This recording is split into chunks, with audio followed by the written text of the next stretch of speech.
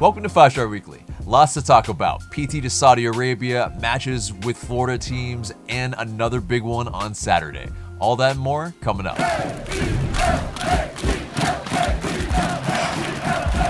Welcome to the show, 5 Star fam. I'm AJ, and I'm joined by Marc. Before we get into it, become a member of the notification squad by hitting the bell next to the subscribe button on YouTube. This segment is sponsored by Thinking Man Tavern, a cozy Decatur neighborhood pub. Grab a tasty beverage from a wide variety of selections and a plate of something delicious from the menu. To go, check out Thinking Man Tavern. Follow our Twitch for watch-alongs on match days on twitch.tv/ATL UTD FanTV. We've got a double match preview, which we'll get through as quickly as we can, and a match preview for the big one on Saturday, so let's get right into it. So yes, the previous one that we haven't reviewed was that 3-1 loss versus Orlando City at the Benz. Very unfortunate, obviously, in terms of not only the scoreline, but throughout what happened in it. We have lost that undefeated streak against those kitties. Very annoying indeed. But, I think, like we've mentioned before, I think it's more power to them in that they've finally done it on their 10th try. Whether you can actually trash talk after that many games of not beating a team, I'm not really sure you can, but it still is, they played very, very well in the match. And we, very much did not. And, not only is it where it's a season in which we are in such transition and also in peril with Joseph Martinez, with the injury, of course, and with an interim head coach, and Ezequiel Barco injured, and only pretty much PT as the the main man. It was always against us, but I think it came out maybe even worse than we expected to a degree. But, that lineup, it came out with Guzan between the six, Bello, Robinson, Walks. Brooks Lennon came in for Franco Escobar at right back. Eric Remedi, Adams, and Josetu were the midfields. PT, Adam John, and Castro were up top. But, I think once you saw that, not the most inspiring lineup either to many degrees. And I think, you kind of saw just kind of how much, we were lacking chemistry to, a large part of the game, where connecting passes was pretty difficult, a little bit sluggish as well in terms of how quickly we were moving the ball. And Orlando were able to press high at times, also sit in a low block at times, and really just hit us direct and as quickly as possible. And boy, did they. It was kind of really annoying to see, because they kind of look like what we looked like back then in 2017 and 2018, where, incisive, direct play. And, that's just what happens. But let's get your quick thoughts, kind of what your general feelings are about that match. Yeah, I think especially with how seeing them press as high as they did, we're certainly not used to that in this matchup. And I think it just goes to show you how much of the fear factor that was once there is gone now. Like teams push Atlanta in the midfield or even higher. And yeah, like we said, if it was going to be any time, it was going to be now. And, with the lineup, we knew they were going to be lacking goals. But I think at the same time, it is a bit of a shock just to see the stark difference, especially when in this rivalry short history, it's gone one way every time, except for the draws. So, but, it had to happen. I think it's better off for the league and for this matchup that Orlando is a solid team. And they seem to be doing, they seem to have an identity now. So, which is something we talked about a lot during the stream and afterwards. So, it is what it is. Hats off to them. Yeah, hats off to them indeed. In terms of their players that played really, really well, Junior Urso, one of the new guys that they brought in, midfielder, played really, really well throughout the match. Just really clogged it up annoying, actually, really. Chris Chris Miller. Chris Miller is somebody that I've always liked. Yeah, energetic. Like, he clearly has talent. Yeah, and very clinical, and also bringing lots of goals for them as well, which is something that for a younger player for them, I'm sure they're refreshed and excited about the U.S. men's national team. Hopeful in terms of that player, but and Nani didn't start this match for them, which sure maybe brought a little bit of hope for Atlanta United fans, possibly that maybe the chemistry wouldn't be as tight, but I think they followed that New York Red Bull formula, where you press high, you sit deep when we have the ball, really just stymie any sort of penetration from Atlanta United, and we couldn't really move the ball, I think, quick enough, nor penetrate anything.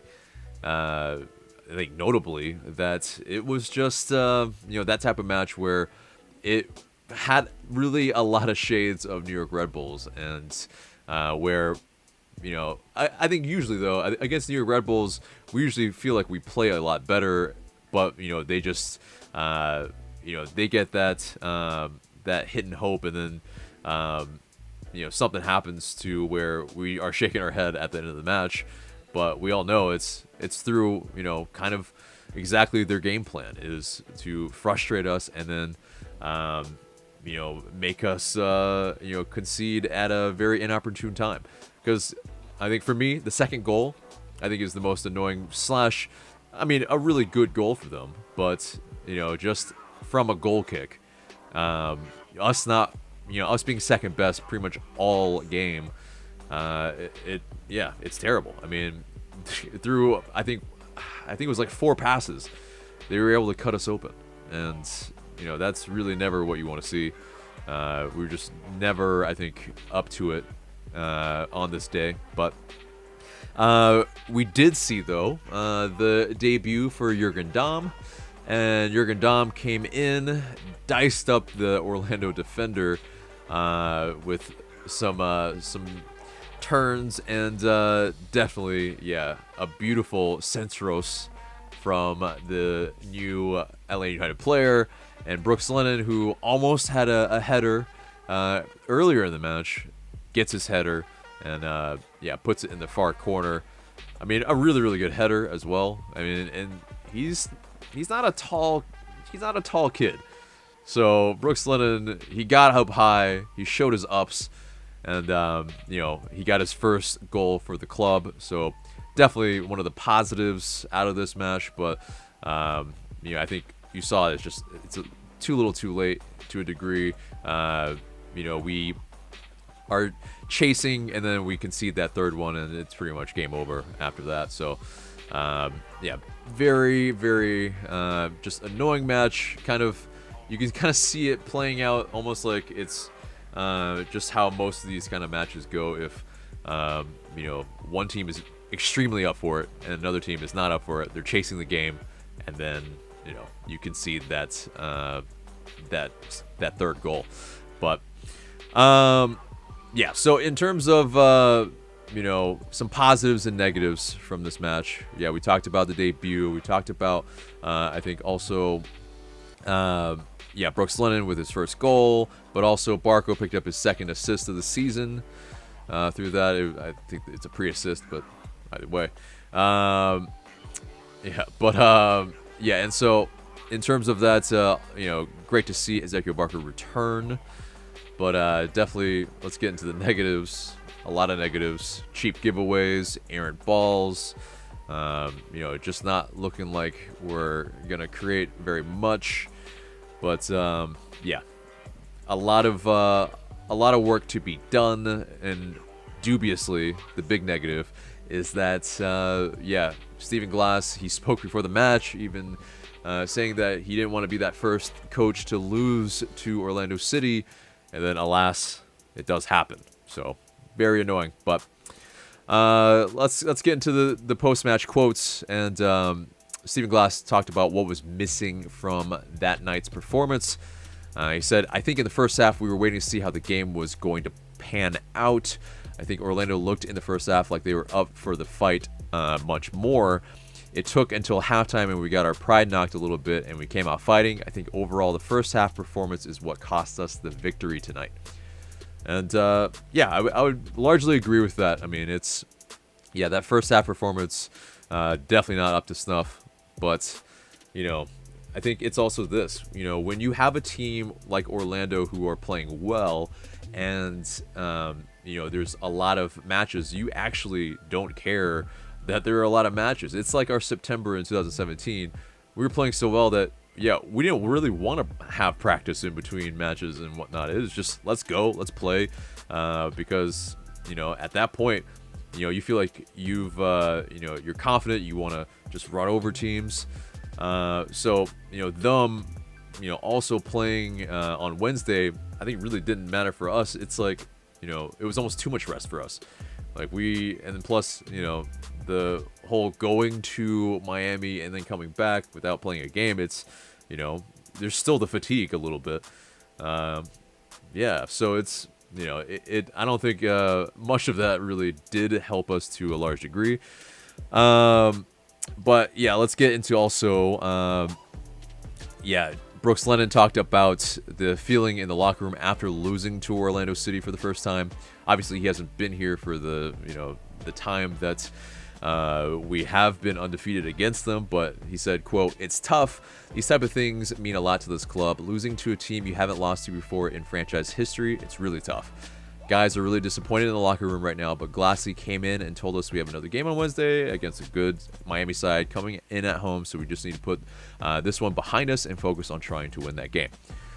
But, last thoughts on this match against Orlando City. I'm just repeat of what I said before. They were just the better team on the day. They were up for it. Their plan was better than ours, and they executed. So, hats up to them. Yeah, no, very true, very true. So let's get into the match review of the 0-0 draw against Inter Miami. Our first meeting against them. And, this lineup saw Edgar Castillo come in for George Bello, Robinson, Walks, and Escobar filling out the rest of that back line. Remedi, Heinemann coming back in. Josetu keeping his spot. Barco coming in. Of course, he had just gained a little bit of match fitness in the previous match. And, we didn't have Pity in this match for reasons that we'll get into later, and probably obviously if you follow LA United very, very closely. But and also Cubo Torres up top and Brooks Lennon keeping his place ahead of Jurgen Damm. But Pity Martinez obviously with the confirmed move in principle to Al-Nassr before the match. It essentially, kind of changed the plans a little bit, I'm sure, for Stephen Glass going in, and he did not take part and was not in the 23. Now, we face Inter Miami in, the lineup. We have LGP and Breck Shea as former Five Stripes, and they looked up for it, that's for sure. Definitely early on in the match, LGP gets a chance and scuffs it, but it is like a pretty good chance that he could have put away. I'm kind of glad, even though he said he wouldn't celebrate, but this is that type of match where, obviously with a scoreless draw, it was going to be very difficult for anyone to score because goals are at a premium for both clubs at the moment. And Breck Shea looked up for it as well at times, coming into like midfield, maybe almost even playing like a central attacking midfielder role, kind of just had the handbrake off. And when he was with Atlanta United, you saw, I think, a vastly different Breck Shea, one that's was more apt to probably pass it backwards, and it's probably more instructional based probably, but either way, you know, when you face a 1-6 team, you know, obviously you have at least an expectation of maybe trying to beat them, but we are in dire straits as well, especially, you know, without Pity Martinez in this lineup, who has been essentially our talisman in this lineup, and you take him away, yeah, you get what you kind of saw against Inter Miami. Like, what were your general thoughts on this match? Yeah, a struggle. You know, it was pretty drab. I thought at moments the progression up the field was okay from Atlanta United, but certainly in the final third, you know, things just seemed to dry up. You know, Barco, I thought looked, you know, it just feels like there hasn't been that much evolution in his game. You know, like I still think you can see the talent there. But and you know he's good with the ball at his feet, but then like you know he still over dribbles at times.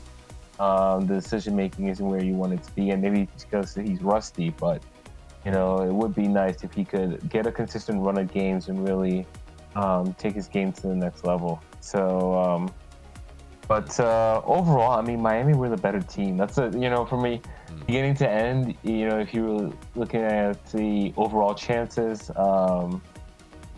Overall, I think play. I think Miami's attack certainly looked more dangerous, and even though we had more possession, I believe, you know, Miami's possession seemed more intentional. So yeah, I don't know. It's I guess we're happy with the point, but really we were outplayed at the Benz. I mean, like I know it's not like the Benz in the way we think of it without the fans, but you're outplayed twice in a row at home. I think it has to be a little bit worrying, you know. Yeah. Especially going into a big match. Right. And yeah, to speak on your point, you know, where Ezequiel Barco, yeah, he might be lacking some match fitness and sharpness, really, for sure. I think that probably plays a part into, you know, just you know, some of the pitfalls for him in this match a little bit, but I think he was still largely very tidy and probably our most, you know, he's definitely our most technical player on the pitch, but definitely a guy that was trying to, you know, make things happen, but, you know, I think a lot of it largely just didn't come off. But yeah, speaking to, you know, your point about Miami looking more apt, yeah, they had 10 shots to our 5. They had 3 shots on target to our 1. I mean, stats aside, you know, Pizarro looked like the guy that, you know, really was trying to make things happen. You know, you look at, yeah, just the penetrative passes that they had, it just looked a lot like they were more likely. And, you know, it's a large part of that is because not only are we in transition, but I mean, we don't have, you know, our fans to kind of cheer them on and intimidate the, you know, opposing squad to be able to, you know, just be that X factor that has been such a big part of the identity of this team as well. So largely they have to motivate themselves, which, yeah, a lot of people might think that, you know, oh, sure, you know, you're paid millions of dollars, you should be motivated by anything anyway. But a lot of top players around the world have talked about, you know, big atmospheres, of course, absolutely, you know, get you just that extra percent that you'll, you know, show within a match. And yeah, you just, you know, we haven't had a scoreless draw, I believe, since 2017. It's, you know, to say that's not a factor, like, it's definitely a factor. So, you know, but I think what's interesting about this match also, well, I think notable about both matches, really, is that there have been 47 fouls against us in these two matches, which is a record in our history. But, yeah, last match, it was completely all Orlando players in the book. And then this match had a ton of fouls and many players from both sides, yes, LGP as well, in the book as well. And a little little kerfuffle at the end with Jurgen Damm, who shows a different side of him. He's not the Mr. Smiley as we have come to know him in his early days, but yeah, showed a little bit of some aggression. But I think it's good to see. I mean, you got guys showing that not only for yellows, but also Ezequiel Barco coming out of the match didn't seem happy. Obviously, at the 60th minute, he probably thought he could still go on, but Stephen Glass did say afterwards that he was trying to preserve both he and Hyndman, probably for the match on Saturday. And plus, since they have just come back from injury, and so upset if they were, it still is probably the wisest move at the moment, because yeah, these are long-term assets, that they've paid a lot of money for, and so it is still wise to do that. But yeah, let's get into some of the positives from this match. We got a clean sheet, of course, with the scoreless draw. Brad Guzan, he posted his 32nd clean sheet in the league play for Atlanta United, and the 56th in his total career, or his MLS career, rather. And yeah, Walks played very, very well, I feel like. I think he's settling in the back line. He had a team-high 6 clearances. And yeah, 17-year-old homegrown Tyler Wolff made his MLS debut, which is great to see. Yeah, he had played one previous match with Atlanta United 2, and yeah, I mean, didn't really affect the match really too hard, but I think we were essentially on a short bench anyway, especially with JJ Williams moving to Atlanta United 2, but we'll speak about that more in depth later. Getting into the negatives, yeah, we had a just big lack of chances created, a lack of quality in that final third. We, if you look at the plots of our passes, even, it's pretty much like it's barren. It's barren in that final third. But yeah, we also look like we could have been, reeling a little bit, maybe a little bit in. Maybe one in shock, but also to a degree where it's just like, you miss your guy that's, playmaking. It's going to happen. You're going to look like you're missing something, even if, Barco's just coming in. Like, I think it's because, yeah, Barco's just coming in from, the injury, isn't sharp, isn't match fit. But, yeah, and also this little nugget in that we're in this really probably the worst spell in Atlanta United history. 4 points in 6 matches is the worst 6-match stretch in Atlanta United club history, and the previous low was 5 points in both 2017 and 2019.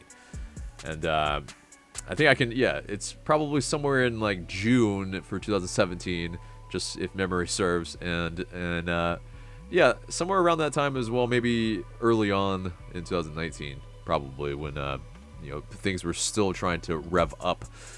But getting into some of the post-match quotes, Stephen Glass talked about that exact thing with Pity. He said, quote, "I'm sure that when you got a teammate like Pity and you're expecting him to play, it's going to be a disappointment when he's not part of your group." And Guzan said, "We can't use the Pity impending departure as an excuse for the poor play." He said, quote, "We all need to step up that much more.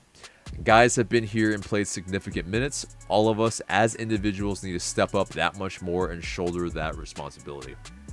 So yeah, Guzan has always, held it accountable. So it's definitely, he's always said the right things to that degree. So, it's gonna be very interesting going forward in this kind of short-term time.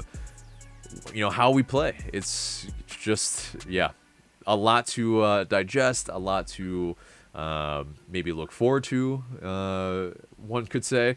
But, yeah, it'll definitely be some maybe trying times for some too. But, that's why we support this team through thick and thin. It's going to be, something that's, every club goes through, and this is our time to kind of be in this in a rut. But anyway, so let's wrap a bow on both of those matches and get into the news from this week. And oh boy, is there news. Pity Martinez, according to Cesar Merlo of TYC Sports, was in between these talks of an $18 million bid tabled by Al-Nassr of Saudi Arabia to Atlanta United for his services. And very quickly after the rumor came out anyway, it was done. I mean, and so The Athletic reported later on that Atlanta United accepted the terms with Al-Nassr, and pending a medical and agreement to personal terms, Pity Martinez would become an Al-Nassr player. Martinez has also agreed to the move, and he was not obviously at the in the 23, but he was at the match, pretty much saying his goodbyes. So I mean, that also kind of brings a little bit of that kind of awkwardness a little bit at the match too. It's just like, okay, you have this guy that could help us here, and we're unfortunately selling him off at this time. Reportedly there has been interest brewing for a while from Al-Nassr on Pity Martinez, and maybe last match against Nashville SC with the 2 goals and him winning MLS Goal of the Week, that kind of helps too. But $18 million. Do you think this is a fair amount for Pity Martinez, or what are your thoughts? Yeah, I definitely think it's a fair amount. I mean, when you consider that a year and a half ago, pretty much, a little more than that, but Atlanta United paid $14 million to River Plate for PT services, and so to think that they're getting back more than that, it's not. I don't like to say they're making a profit, because that's not necessarily how it works in terms of the accounting. But actually, they are making a huge profit in this case. So good on them, I guess. The thing is, like, I think PT is a good player. I think that he had his moments, and I think that stretch in August of 2019 when the team was playing really well, he looked good. I think you could see what he was able to do, but I think it's a question of was he a good fit for this league? Was he a good fit for how Atlanta United went to play? I mean, and then they signed PD, and then they go and hire DeBoer, which I think we all realize what a big misstep that was now.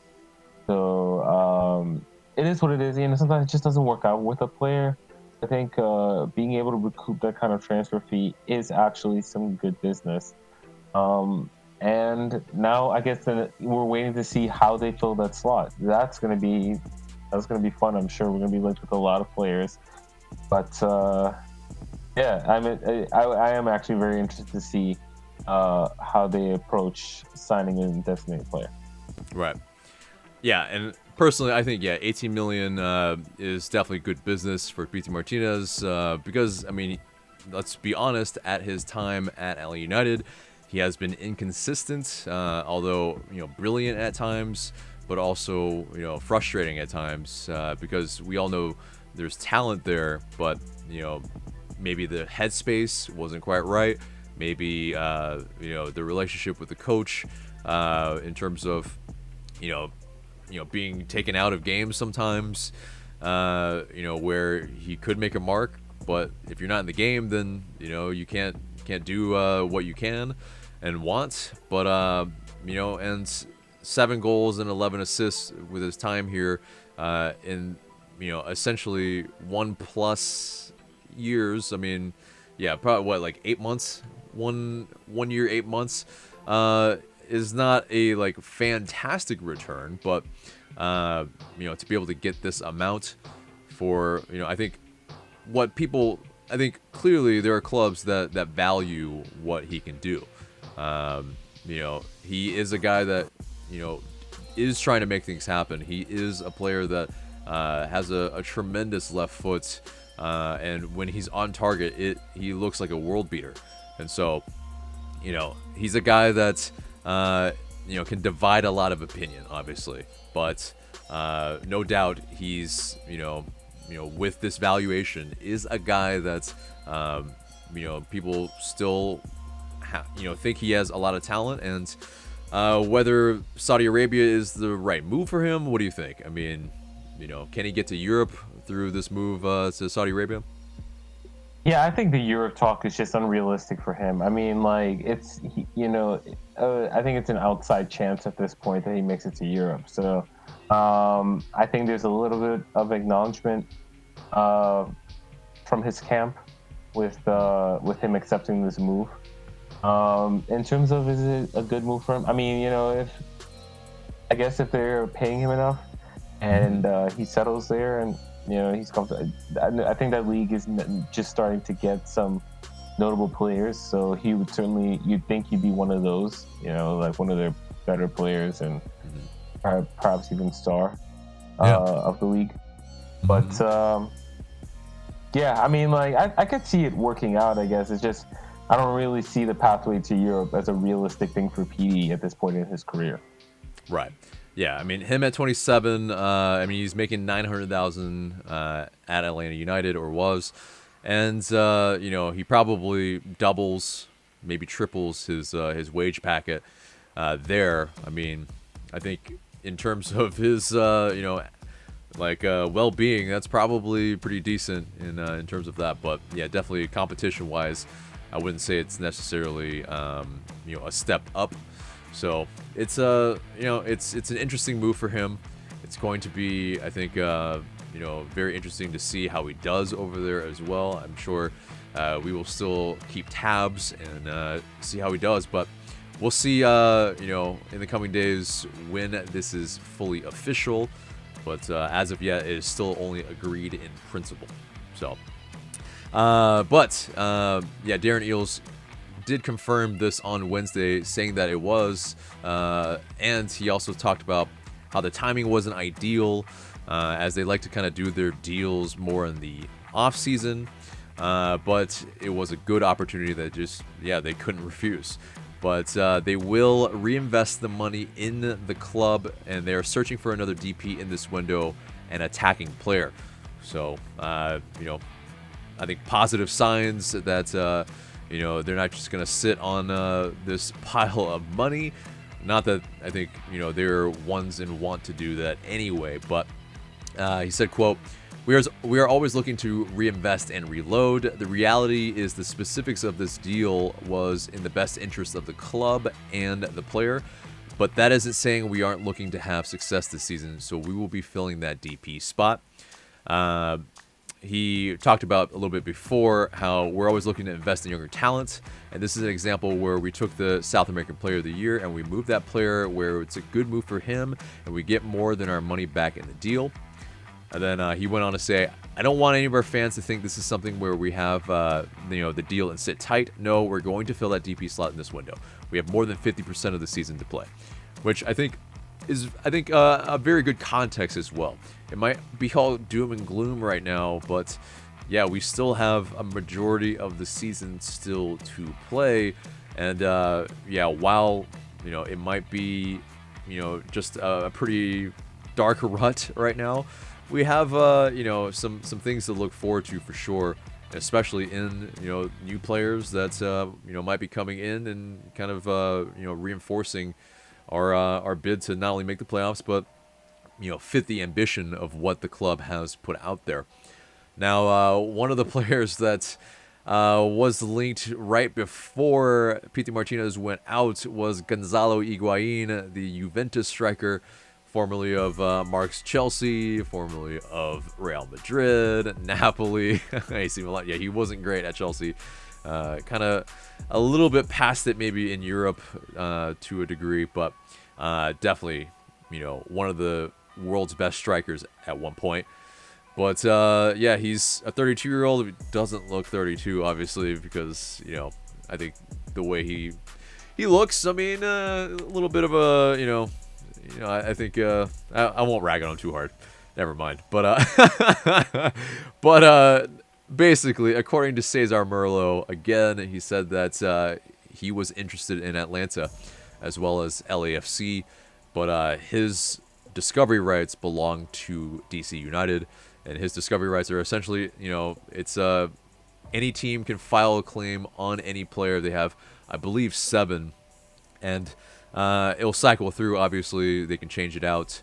But, yeah, DC United, they would just, get a fee if someone else was to get him. And it seems like, according to Cesar Merlo, that Inter Miami are the, in the top position to get Gonzalo Higuain. And so, but he does make $16 million a year at Juventus. And, yeah, before PT was going to go out, obviously, there's a head scratcher in how that would even work for Atlanta United. Not only do we have Jose Martinez as our striker, who is, our club striker. I mean, replacing him, and or even just like moving in a guy to also play his position would be pretty insulting, I feel like. But yeah, this wasn't really ever really plausible, right? No, because of the money that it would take. Also, the profile player, though. Like, Atlanta, before this point, has not signed an old DP. And, yeah, I just think I actually don't know about how Higuain will translate to MLS. I mean, like, I think he'll score goals, but, like, he gave an interview not too long ago where he was talking about his time in the Premier League and how he was frustrated because of how often he would get kicked and it wasn't called. Oh, buddy, like, welcome to MLS, man. You're not going to get a lot of those calls either in this league. And it's this league requires some running. I don't know. I'm certainly glad that he did not end up in Atlanta. Best of luck to him in Miami. Right. And plus, it's that, yeah, sure, Jose Martinez came in as a winger, but it is definitely one of those things where his best position is as a striker. And if you put a Gonzalo Higuain, who's 32, into his spot, I mean, not only is he going to be pissed when he comes back, but he's going to be unsettled, and then he might want to leave. So it's, it was wise to, not have interest back. But anyway, so let's move on to another transfer rumor, very loosely, in quotes, transfer rumor, because, yeah, this is from Ez Noticia. It's pretty much very tabloidy, not only because, the way it's put about the words that are being said, but also the first photo is of Yamil Assad. So it's, it's very strange. The whole thing is, you take this with a very, very small grain of salt. And by the way, if you can hear there's some knocking or some saws outside, they are cutting trees, so apologies for the little bit of noise that you might be experiencing. But yeah, that article essentially was talking about how Sevilla in Spain are reportedly interested in Ezequiel Barco. They're not only interested in what his price tag would be, which they think is probably around 10.5 million euros, which it's not going to be that. They might sign him for a figure close to 12 to 14 million euros. Also not going to be that. But it's going to be much more than that. But they're saying that the only setback is possibly the player's salary, and that China could promise him more money. And that, at 21 years old, they might be able to convince him because his time in MLS is now burning out, quote unquote. But this article is problematic in so many ways. But and so that's why you might not have seen this on our social media, because it's just, yeah, putting an article out like this or putting information out like this is pretty, I think, irresponsible. But anyway, so they said that the only setback for the signing of the player also would be his passport, because him being Argentinian, he would occupy one of the extra spots essentially for in Spain in their league. But Yeah, I think, for me, I have my thoughts. What are your thoughts? Um, yeah, those prices, it just seems unrealistic that Atlanta United would sell at that price. I mean, like I think, um, I do think that Atlanta United are listening right now to offers for Barco, but I think if they are going to drive a hard bargain, maybe it's not the 30 million euros that we thought it might be, but I think they'll still be looking for 20 to 25 million in that range. And it seems like sometime within the next year or so, it does seem like Barco is going to move on. So, but I don't buy this particular rumor though. Yeah. Not this particular rumor, and also, yeah, I mean, Sevilla have been kind of lurking around Ezequiel Barco before, or at least rumored to be, but I think it's more also this, that Ezequiel Barco, if he was sold at this point, if you sell two DPs in one transfer window, you better get two DPs back in this transfer window, because the optics of that are not good. Especially when there are some fans already that think with the selling of Pity Martinez, we're just punting the season. We are having a fire sale, and especially with not only the previous window in which LGP, Donington Nagbe, Julian Gressel left. There is some goodwill that needs to be built, and selling another DP right now, might not be the best look. So, also speaking of not the best looks, Eric Lopez, well, he's been in the building for the last two matches at the Benz, but essentially, according to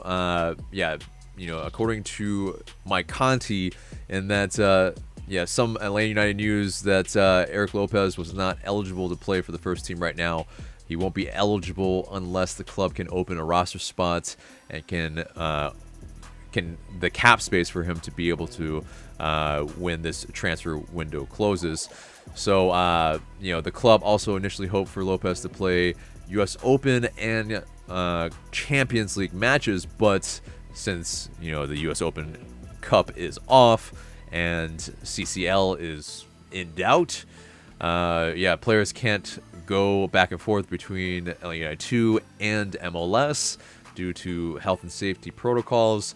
He pretty much is in limbo, essentially, for the rest of the season. And just because Pity Martinez is going, it doesn't mean that Eric Lopez can come in, unfortunately. And so it's definitely what we were fearing, I think, essentially, with Lopez when he said that, I expect to play for the first team. That's what I was promised. And he's promised that, but whether it's happening or not this season is a whole other thing. It might be a have to wait and see. And it's unfortunate because, we need goals in this team, and he's a guy that can provide some goals, but it's just how it goes at this moment. I mean, I think there is a degree. Is this damning towards the front office a little bit? That they get this player, but is it maybe a lack of maybe the right personnel in the office right now to be able to get these things done to where we can get the right players into play in the team? I mean, maybe it is an absence of like a Paul McDonough. Maybe it's that ultimate chemistry from the first 2 years was having Darren Eales, Carlos Bocanegra, and Paul McDonough working together to make it's so successful in the early days. What do you think? I don't know. I mean, it's just like it comes off as a massive miscommunication. It definitely doesn't make the club look good. I'll tell you that much. The players talking about playing for the first team, and so to find out that he might not even be eligible to, and that if they were thinking about, at the time that they brought Lopez in, they would have known that the Open Cup and the Champions League were in doubt, at the very least. So I hope that they were not banking on those competitions too hard, because You know, they were. It just looked unlikely that certainly the Open Cup. It looked unlikely that would get completed. I don't know. Yeah, it definitely just it doesn't make the club look good. Right. Quickly moving on from that, Joseph Martinez posted on his social media of him doing some dribbling work and some wall pass work. And yeah, he's slowly but surely getting to where he needs to be. Obviously, I think fans from other teams and, just seeing it on social media, they've been ragging on him and, saying some things about his weight or saying, oh, my grandma can dribble faster than that. But I think they lack the context for sure. And it's, yeah, I've been, I think, vehemently defending his honor in that respect because of they're not understanding it at all. But anyway, so let's move on to Atlanta United 2, where they had a little bit of break and they played Philadelphia Union 2 last night as well on Wednesday, and with a 2-1 win. Mackie Jop with a banger to the right net with his left foot. And 16-year-old Vicente Reyes also with his first professional start. And Amir Bashti, he crossed the ball with his right foot into the right of the box, and David Mejia, 17-year-old, got his first goal for the Twos. Very young side indeed for the Twos, but for them to pull off that win is great to see. And Mackie Jop is amongst the USL leaders in goals at the moment. Some would say, like, oh, why can't we just bring him up? But because of the health and safety protocols, that would be very difficult at this moment. So it's unfortunate, but excuse me. And so also speaking of Atlanta United 2 and JJ Williams, as we spoke about earlier, he has been moved to Atlanta United 2 and for the remainder of the USL season. That was reported by Jason Longshore. And Doug Roberson confirmed that the transition for him took a 10-day COVID quarantine. So it seemed like, he's not really in the first team squad plans. I think also, one might say that, does that open up a spot for Eric Lopez? No, it still doesn't. He didn't really occupy a senior spot. So that's those are the perils of MLS. I don't know if you, if you're not, accustomed to it, it does seem very annoying, but it is what it is. But that does it for the news, and I guess let's do a little bit of housekeeping in that, yes, on match days, follow us on twitch.tv/ATL UTD Fan TV for watch-alongs and the banter. Come hang out. We will be having one on Saturday night as well. Look forward to seeing you there. But let's get into Mailbag really quickly. There's only one question on this one because we weren't initially going to have it, but I made an exception because this question was pretty good. So this comes from Cameron Pratt, and he says, quote, "My opinion, we should use PT's DP spot to go get a world-class 6 or 8 to build the midfield around. We've got serviceable players on the wings, backline, and Kubo John will manage until Joseph is back. Barco is our dynamic wing player / number 10. He's going to continue to grow into a fantastic player under the next manager. We can spend anything on this DP spot, correct? Maybe Uncle Arthur will sign off on a 18 million to 36 million central midfielder under 27. And he said all the players below fit the bill and would dominate MLS. Mateus Henrique, who's evaluated at 19.25, age 22. Renato Sanchez, 22 million, age 23. Naitan Nandez, 25.3 million, age 24. And these are all from Transfer Market. Fred at 19.25, age 27. Wendell, 13.2, age 23. And Yves Bissouma at 10.45, age 24, Brighton. Any of these, and also what he's talking about, strike your fancy? think what he's talking about strikes my fancy. I don't necessarily know about these players. I mean, none of them seem all that realistic anyway. So, but I think there's a player in MLS that I really like. That if he can be had at close to any price, I think they should go after him. And it's Edward Atuesta for LAFC. He was in MLS's best 11 last year. He's one of the best, if not the best, central midfielder in the league. He gets assists from that position. He plays in a 4-3-3 currently. Yeah, that's a player that I really admire, that I'd love to see in Atlanta United colors. And so if they gotta, throw unlimited Garber bucks allocation money at him, however, whatever they have to do, I would do it for Atuesta. Yeah, I think the difficulty maybe there is also if LAFC will part with Atuesta, him being 23 and also a big key cog in their machine. So that would be definitely a big hurdle. I forgot to read one bit of his very long question, but very worthy. Who would you realistically like to see come in and play that Nagby, Mascherano, Weston McKennie type role? Yeah, and that's the thing. It's, so far, Mateus Rossetto has been playing that role to a degree.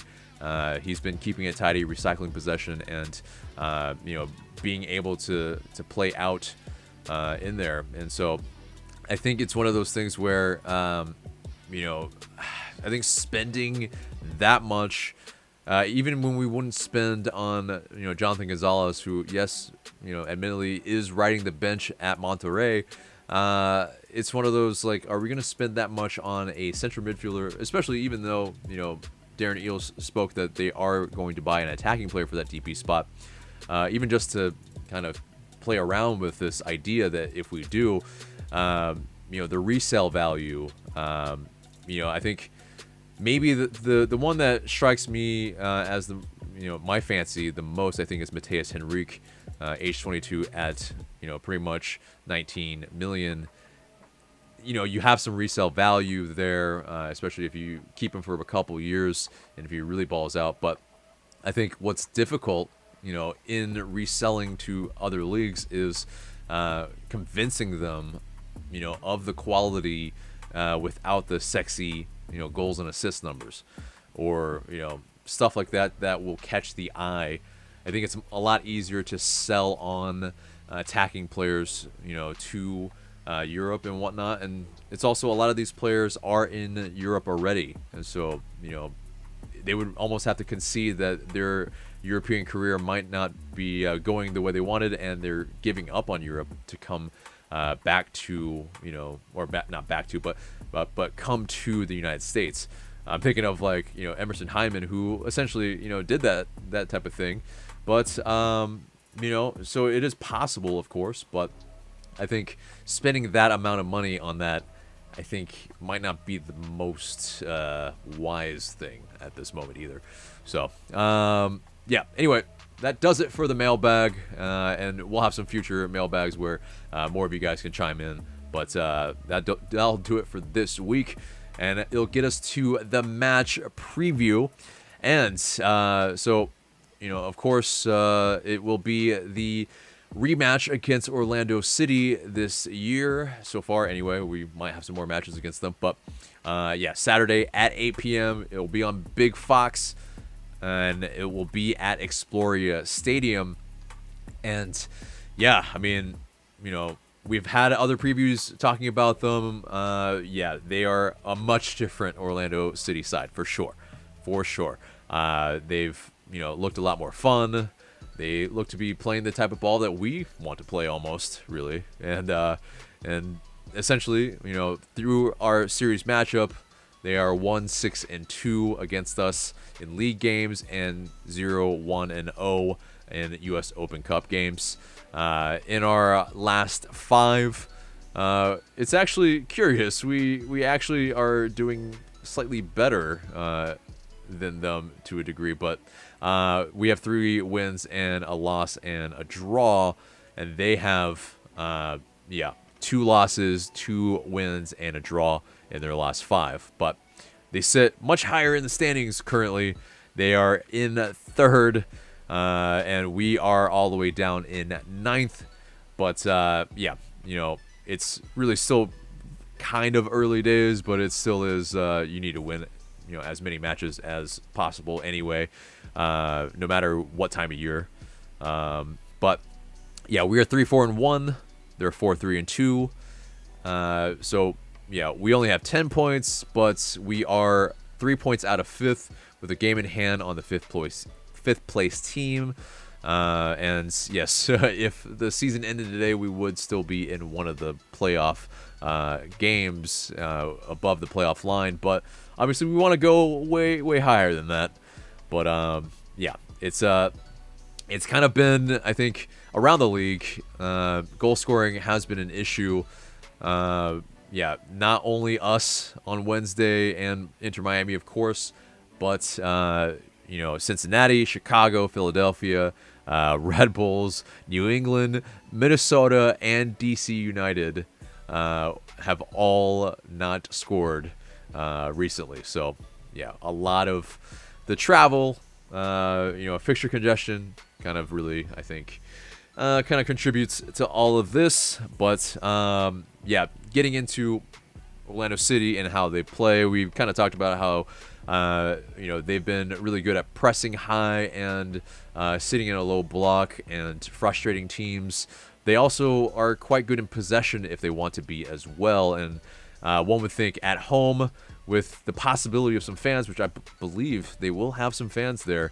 Yeah, they probably will be looking to be on the ball and trying to excite their however many fans will be there.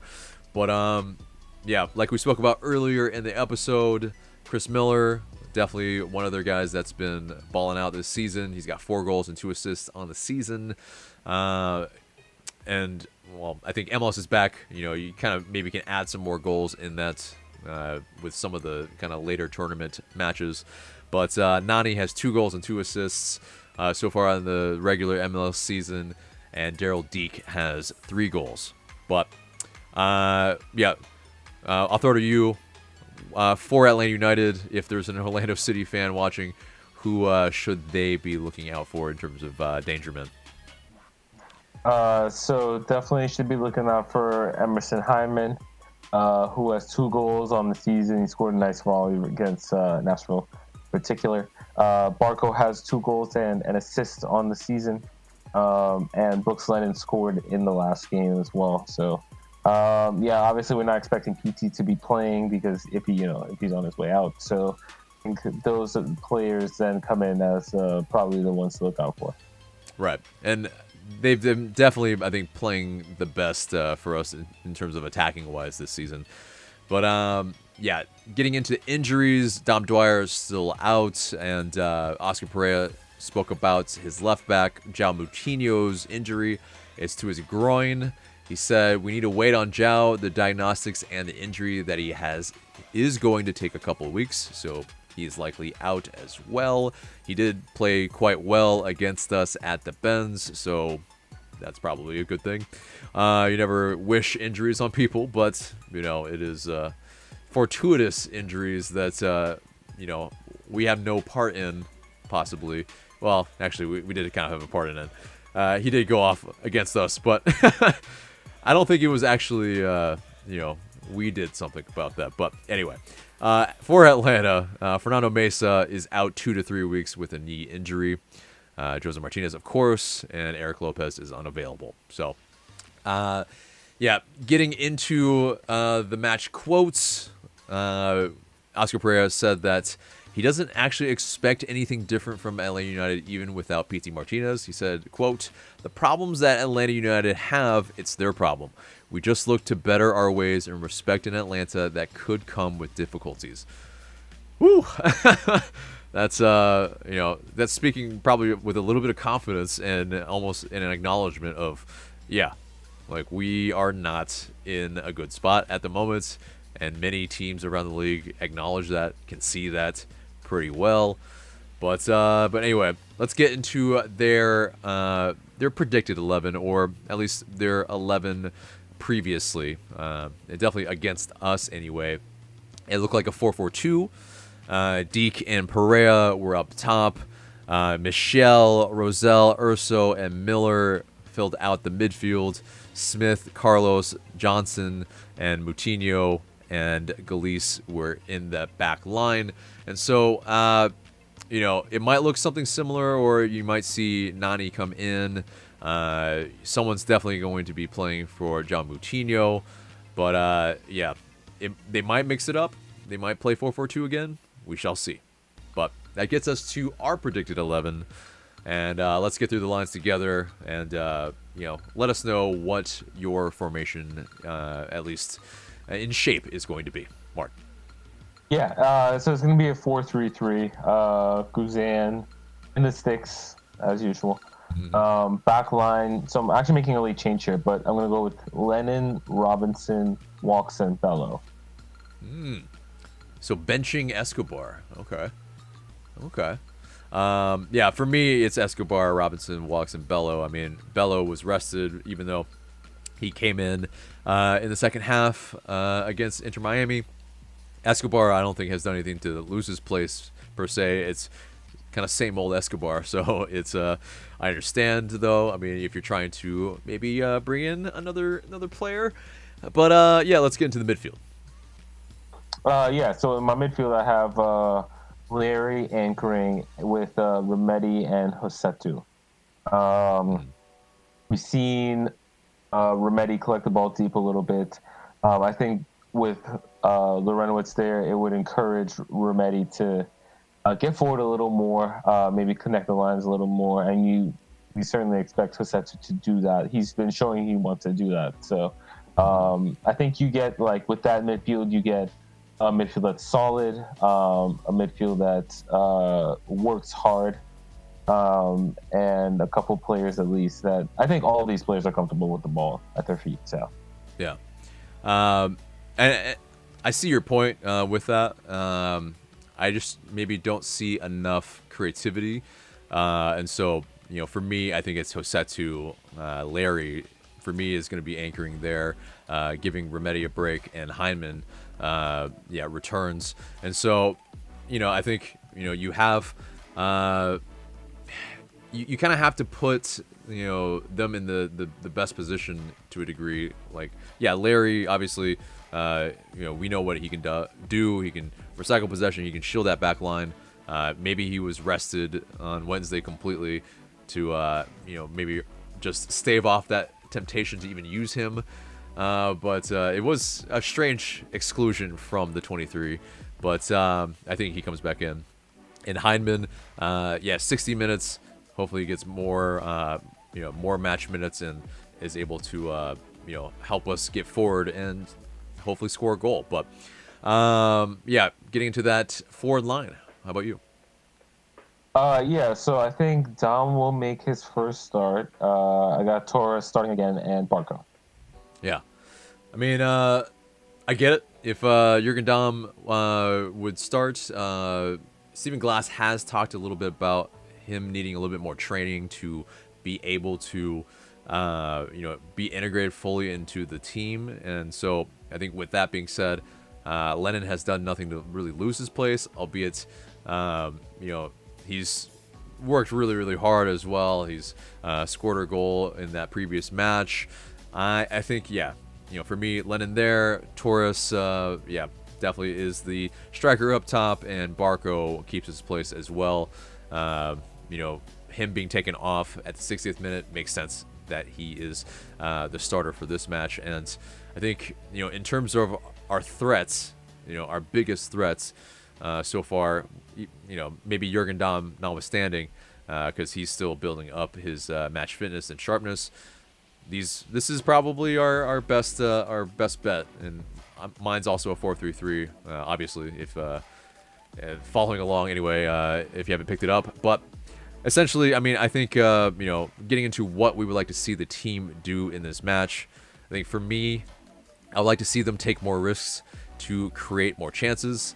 I mean, obviously they might have to sit a little bit more against Orlando City.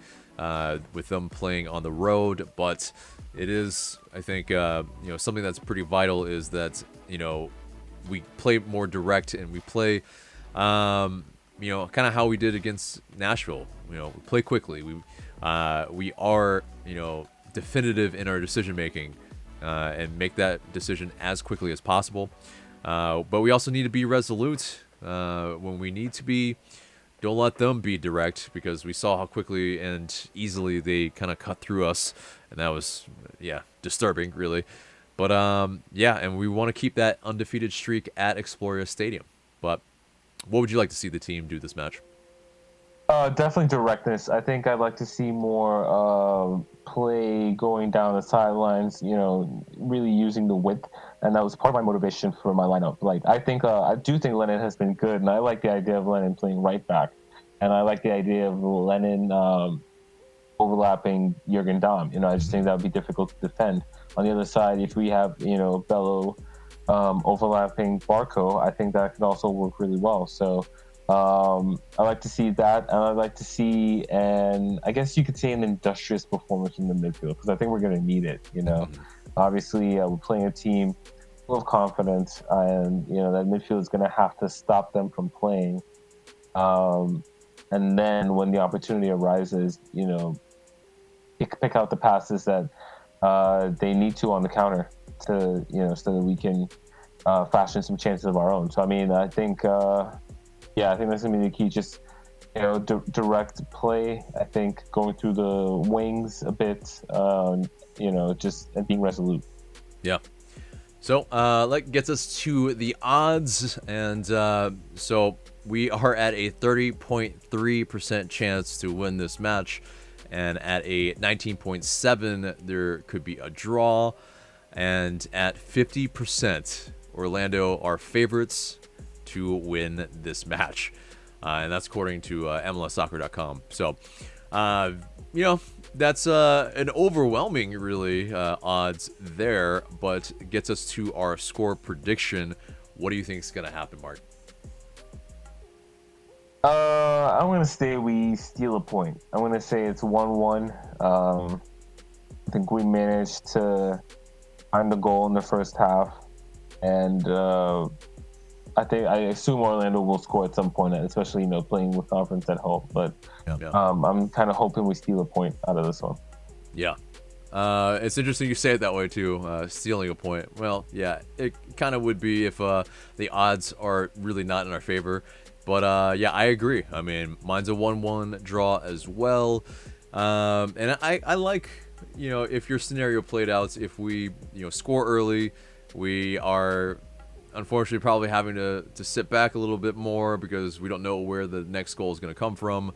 And then, they might unfortunately concede. But either way, a point on the road against tough opposition right now, like, we have to grind through until we can get, kind of the full squad that we want. And right now, it's, anything that you can get, is you got to get it. So anyway, let us know your score predictions in the comments below. But that does it for the match preview and pretty much the entire show, except for the question of the day.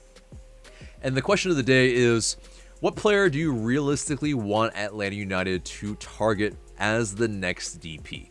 We're interested in what you have to say, so let us know in the comments below as well. So, guys, that's it for us today. Remember to like, share, comment, subscribe. For Marc, I'm AJ. We really appreciate it. Thank you so much for watching, and we'll see you in the next video.